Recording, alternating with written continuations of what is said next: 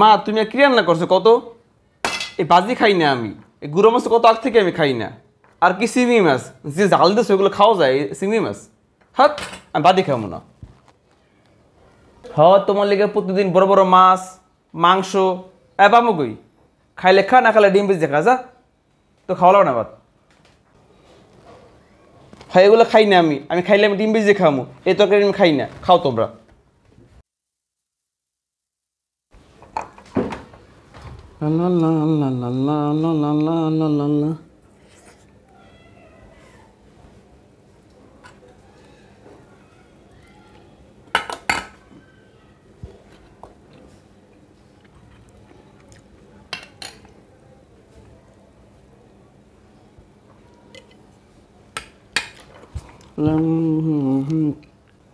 কিরে তুই নাকি এই তরকারি খাবি না, তা তুই এখন ললি গা?